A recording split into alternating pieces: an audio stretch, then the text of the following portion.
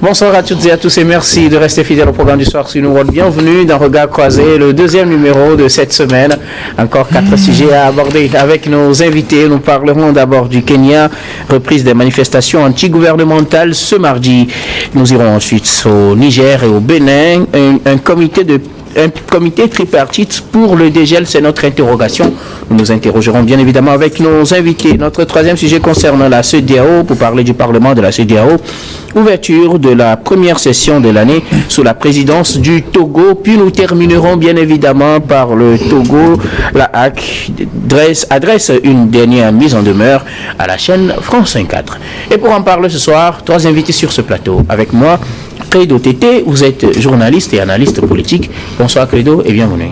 Bonsoir Guillaume et bonsoir à tous ceux qui nous suivent. Merci beaucoup à vous Credo d'avoir répondu à notre invitation. À côté de vous, Louis Kamako, vous êtes journaliste et analyste politique également. Bonsoir Louis et bienvenue. Bonsoir chers confrères, bonsoir au grand frère Credo Tété, bonsoir au troisième invité que j'entends demain. Merci beaucoup à vous Louis aussi d'avoir répondu à notre invitation. Notre troisième invité ce soir, Horus Donkovi, vous êtes activiste panafricain. Bonsoir Horus et bienvenue. Bonsoir Guillaume, bonsoir Credo, bonsoir Louis et bonsoir à tous ceux qui nous suivent, c'est un plaisir. Nous allons donc commencer avec notre premier sujet. Nous prenons la direction du Kenya pour parler de la reprise des manifestations antigouvernementales ce mardi.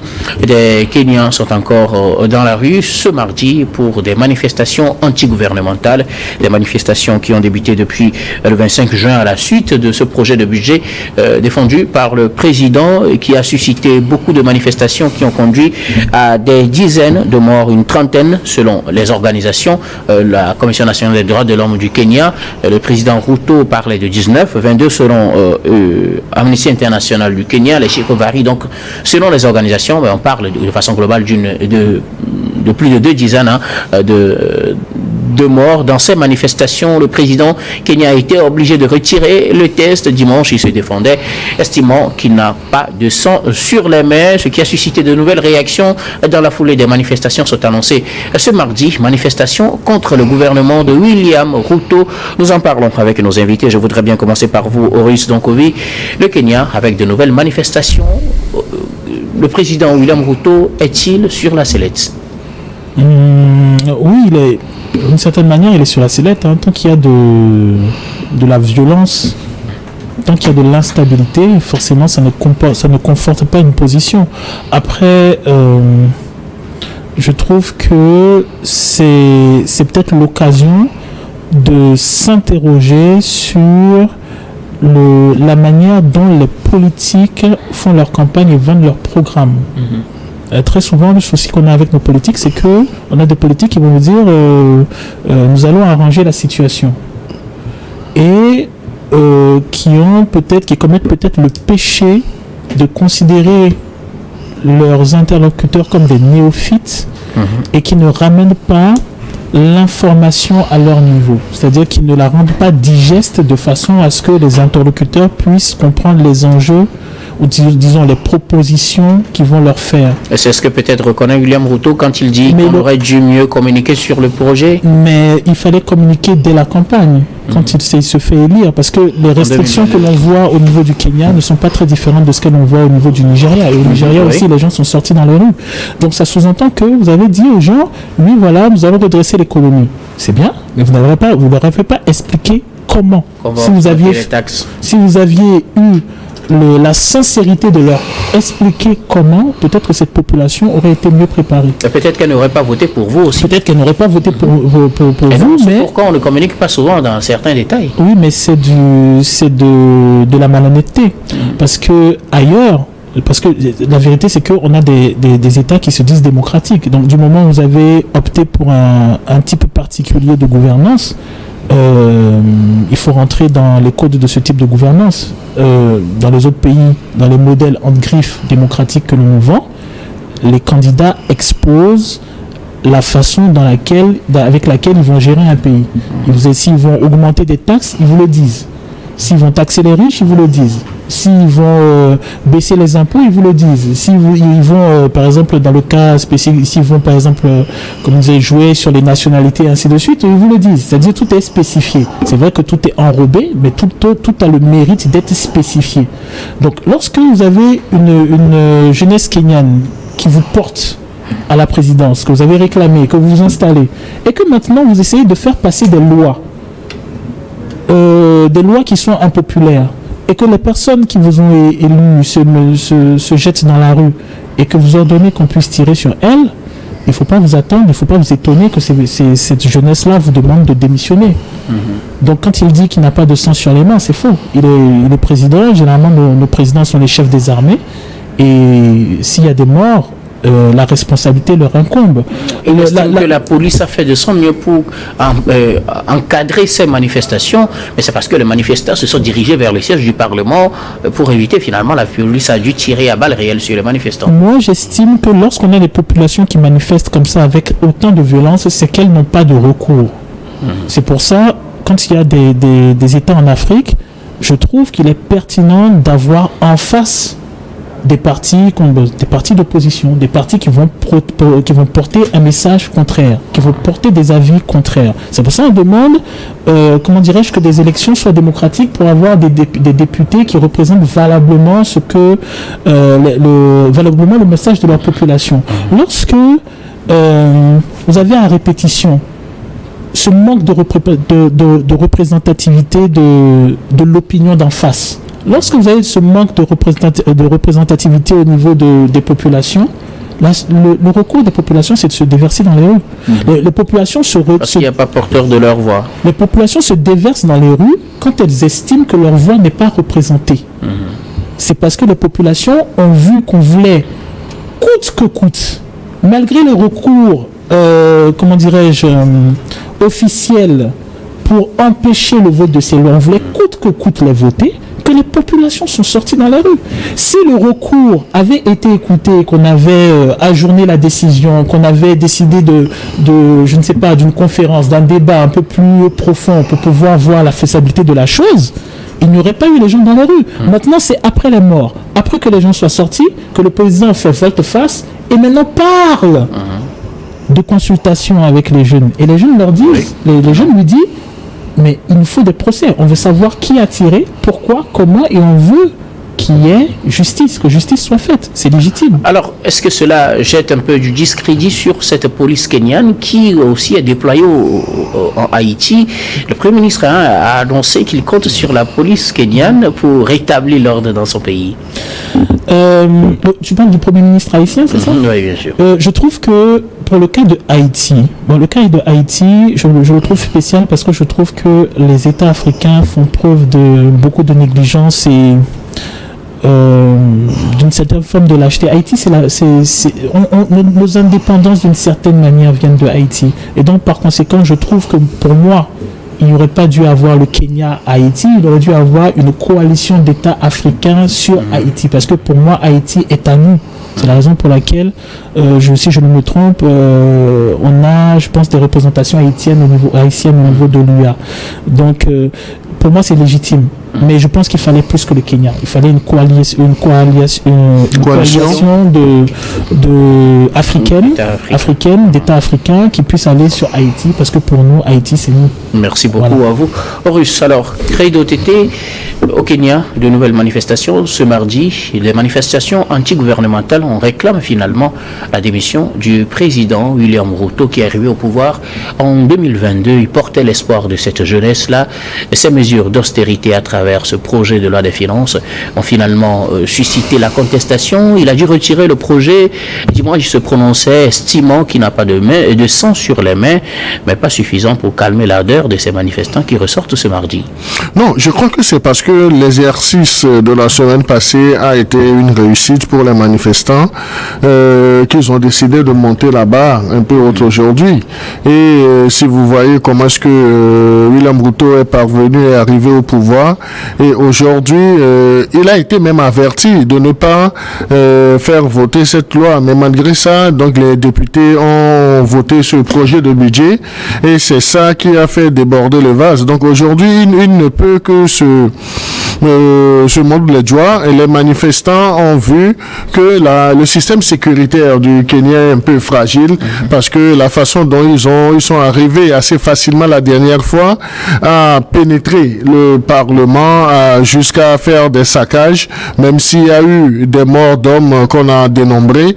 Donc ils ont trouvé une certaine fragilité dans le système sécuritaire du pays. Nous avons vu également que les premiers responsables des forces de police ou bien des forces de maintien de la paix, de la sécurité essaie de se dédouaner, de se laver aussi les mains pour dire, en fait, ce ne sont pas nous les premiers responsables, nous ne sommes que des exécutants.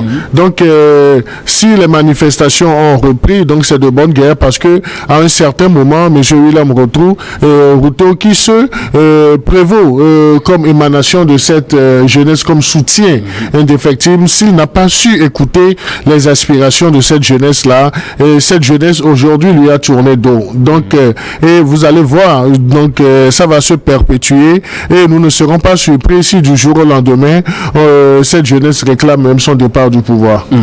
Louis Kamako, nouvelle manifestation dans les rues au Kenya ce mardi pour demander le départ finalement du président, ou exiger que la lumière soit faite sur ces massacres qui ont fait 31 morts selon la Commission nationale des droits de l'homme au Kenya, 19 selon le président Ruto, 24 selon Amnesty International au Kenya. Bon, tout le monde, le minimum c'est 19 morts. La semaine dernière, le président a estimé qu'il n'avait pas de sang sur les mains. Bien avant, il avait déjà retiré le test, mais ce n'est pas suffisant, toutes ces mesures, pour apaiser les manifestants qui reprennent la rue ce mardi. Oui, je pense que ce n'est pas le retrait du test même qui est important aujourd'hui, mais ce qui exacerbe en fait les jeunes Kenyans, c'est la dernière sortie du président William Ruto, quand il déclare clairement qu'il n'a pas le sang dans la main. C'est-à-dire que c'est des propos qui irritent davantage, parce que les gens ont vu à peu près la manière dont les manifestations ont été déroulées. Vous avez des jeunes qui manifestaient les mains nues et qui ont été confrontés par des policiers qui ont tiré à balles réelles sur eux. Je crois que... Mais c'est parce qu'ils ont voulu aller au siège du Parlement à Nairobi, quand même. Non, mais les choses ne se passent pas comme ça. J'ai toujours dit qu'en matière de manifestation, il y a ce qu'on appelle des tirs de sommation d'abord. C'est-à-dire, il y a d'abord l'avertissement. Vous avez des tirs de sommation. C'est vrai que vous allez me parler que le Parlement, c'est un lieu sensible. Et dans tout pays, je crois que c'est interdit de manifester en fait dans les lieux sensibles. C'est vrai que exceptionnellement on peut le faire, mais pour le faire, il faut remplir un certain nombre de conditions. Et quand c'est comme ça, on va certainement les forces de l'ordre de sécurité vont vouloir repousser. Mais les choses ne se font pas de façon systématique. Il faut d'abord un premier avertissement. On ne va pas tirer à balles réelles. Voilà, c'est pour ça que je parle de type de sommation. Il faut d'abord commencer par là. Il ne faut pas viser les manifestants. Malheureusement, au Kenya, je pense que c'est ce qui s'est passé. Et c'est ce qui aujourd'hui a mis en gourou les jeunes Kenyans qui ont décidé de rester dans la rue et revendiquer leurs camarades qui ont péri dans cette lutte-là. Maintenant, le chiffre, moi je ne veux même pas qu'on fasse ce jeu de chiffres, parce que même si c'est une mort, c'est une mort de plus en fait pour un président qui est nouvellement venu au pays, qui pourtant a promis un redressement de la situation économique en fait au Kenya. Justement, parlant de redressement de la situation économique, William Ruto estime qu'il faut quand même augmenter les taxes pour pouvoir récupérer un peu, diminuer la dette du pays. Il dit que ne pas valider ce projet, c'est retourner 2 ans en arrière. Non, mais c'est vrai, la situation du pays sur le plan économique est catastrophique. C'est-à-dire que vous avez un pays dont la dette publique est sur une trajectoire haussière de 48,6% de PIB en 2013, passant, c'est-à-dire que de 48% en 2013, ils sont passés à 73%. Ça veut dire que c'est énorme en fait. C'est-à-dire que le pays est tellement endetté qu'il faut certainement recouvrer, c'est-à-dire augmenter les taxes. Mais c'est la manière de le faire aujourd'hui qui fâche les Kenyans. Parce que vous avez remarqué que le président même a désormais un surnom, on l'appelle le président collecteur d'impôts. Ça veut dire que les nouvelles mesures sont tellement hautes que on est obligé en fait de les critiquer. Quand vous voyez que on parle d'une augmentation de plus de 16% sur le pain, qui pourtant constitue la principale base alimentaire des Kenyans. Et vous avez également l'augmentation sur les transactions financières et tout ça, les taxes sur les véhicules. Je pense que c'est des taxes qui malheureusement touchent à toute la population. Et donc ça va certainement susciter des remous et on en est là aujourd'hui. Donc je pense que la manière de procéder, c'est ça qui aujourd'hui hérite les Kenyans, comme je le disais. Maintenant, c'est vrai, lui-même il a reconnu qu'il a failli par manque de communication. Et c'est un déficit de communication. À la base, on n'a pas expliqué en fait au peuple kenyan que les caisses de l'État étaient vides et qu'il fallait procéder de la sorte. Donc ça veut dire que les gens sont là, ils ne se sont pas préparés et ils ont été surpris par l'augmentation de cette taxe. Et donc quand vous avez une population qui a une proportion qui a plus de 55% de sa population qui est jeune, c'est tout à fait normal que des manifestations du genre continuent c'est normal que les manifestants continuent par grossir les rangs.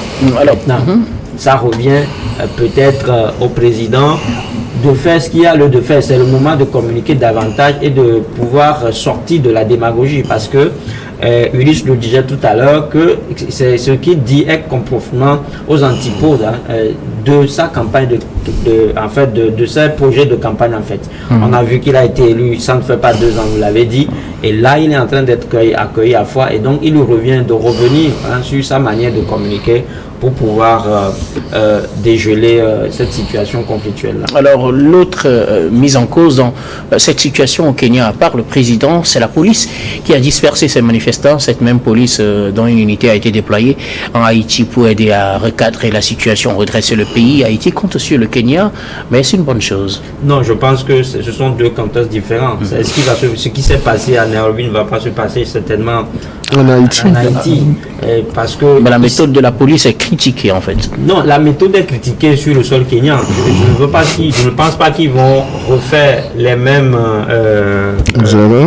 erreurs en Haïti, parce que peut-être au Kenya ils sont sur leur sol, qu'ils sont chez eux. Mais pas parce qu'ils sont en territoire conquis, mais aussi parce que les contextes diffèrent, comme je l'ai dit tout à l'heure. J'ai dit que ce sont des manifestants qui, à un moment donné, parce que c'est l'argumentation donnée par les autorités kenyanes, que vous avez des manifestants qui ont voulu s'accaparer en fait du Parlement, qui est décrit comme étant un lieu sensible. C'est vrai que ça ne leur donne pas l'opportunité de tirer à balles réelles sur eux. Mais en Haïti, je pense que la mission elle est différente. Elles savent qu'en Haïti, tous les regards sont tournés sur eux, et qui vont certainement éviter de commettre en fait ce qu'on peut appeler des bavures policières d'une manière ou d'une autre. Donc c'est pour ça que je dis que ce qui s'est passé en Haïti, ce qui s'est passé au Kenya ne va pas forcément se reproduire en fait en Haïti. Merci beaucoup à vous pour vos contributions. Nous allons marquer la première pause, puis on revient juste après pour la suite de cette émission.